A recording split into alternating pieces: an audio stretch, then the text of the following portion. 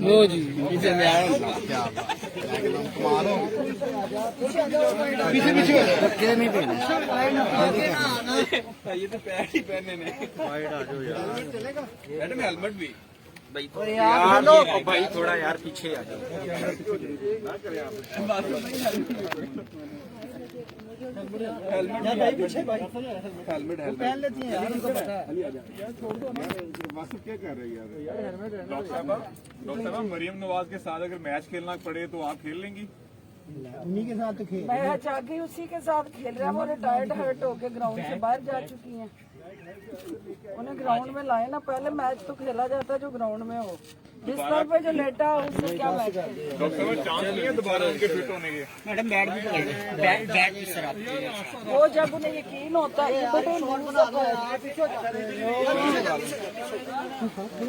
Loose है वैसे loose है पैड लूज है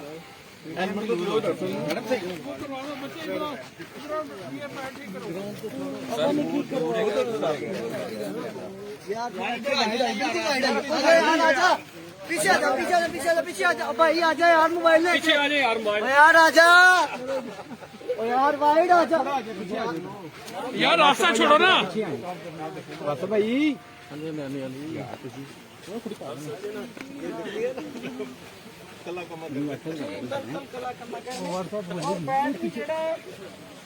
कंपनी केड़ी है जी साडी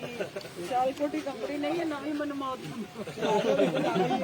सारे इधर आ जाए इधर आ जा बुदल के खेल तो दो यार इधर आ जा भाई चल जाए मैडम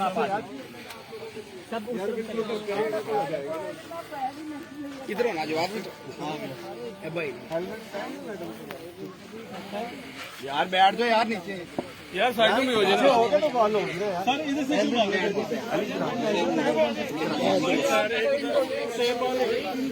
शुरू बासी भाई प्लीज आप बैठ जाए नीचे बैठ जाए नीचे बैठ जाए अच्छा बन जाएगा सब लोग बैठ जाओ मेरे भाई नीचे बैठ जाएगा अच्छा बन जाएगा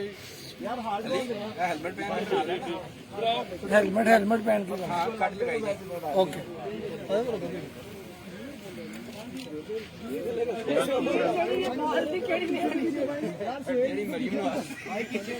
यार बैठा ओके ओके ओके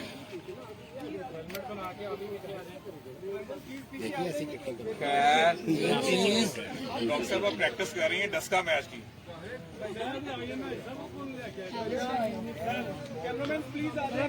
यार थोड़ा सा साइड भी हो सारे साइड नेट तो उस पर से अरे उधर आ जाओ सारे आ जाओ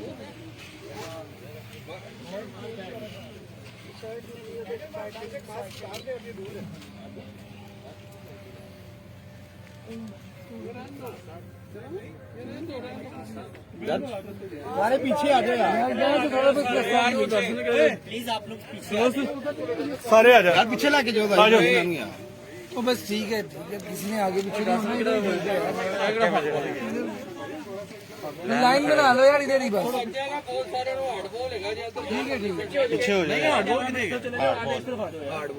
आसानी रहेगी आप लोगों के लिए आसानी रहेगी चलें जी चलें सर थोड़ा है पीछे आ जाए सर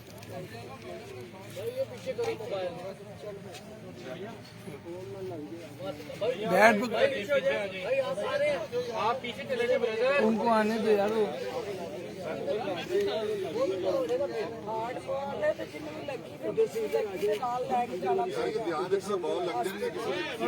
थोड़ा थोड़ा अपना बचा के खुद ही सारा कुछ सॉरी इधर आ जाओ चलो चलो इधर हो यार और इधर ओके ओके चलो भाई चलो जी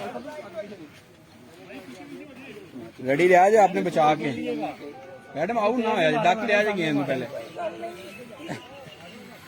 कितने तो लगेगी ठीक है गली ठीक पैन ਤੁਸੀਂ ਤਾਂ ਅੱਗੇ ਨਾਲ सॉरी दाल भाई सॉरी चलो कोई बात यार कादर को फ्रेम में आ रहा है कादर एक साइड पे निकलो कादर यार आ जाओ आगे तो बोल तो सही कराओ यार अच्छे अच्छे शाबाश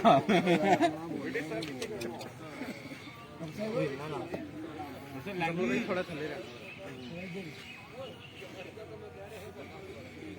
चलो जी चलो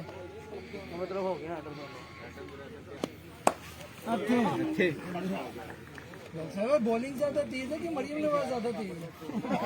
मरियम नवाज ज्यादा तेज है कि बॉलिंग ज्यादा तेज है? आउट हो गया madam.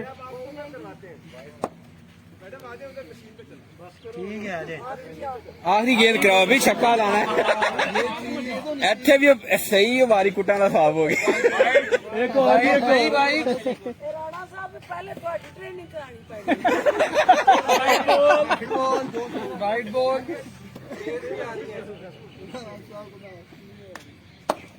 Good shot. Good shot चलो मैडम।